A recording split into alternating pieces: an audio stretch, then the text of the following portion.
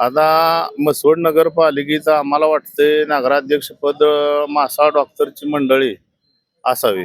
कोण कोण इच्छुक कोण कोण आहेत? इच्छुक मस्त 6-7 उमेदवार इच्छुक मध्ये आहेत.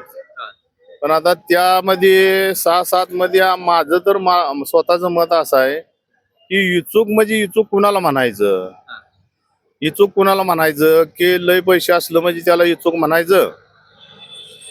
इच्छुक कुणाला म्हणायचं की जो माणूस सुशिक्षित आहे, ज्याला काय कामाचा अभ्यास आहे त्याला इच्छुक म्हणायचं.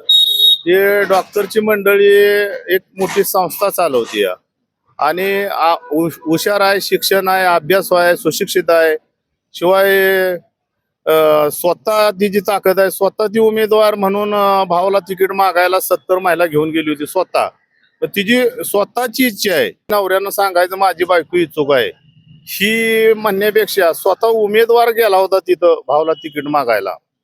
काय की त्या उमेदवाराची स्वतः तयारी आहे की मला तिकीट पाहिजे म्हणून. तसं बाकीचं कसं आहे की बाकीच्या उमेदवारांचे बायका तयार नाही.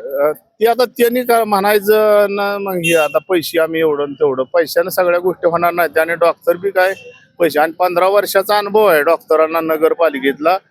आणि गावात तुम्ही चौकशी केली तर एकही त्या माणसावर शिक्का येणार नाही की ह्या माणसानं नगरपालिकेत 15 वर्षात काय भ्रष्टाचार केला.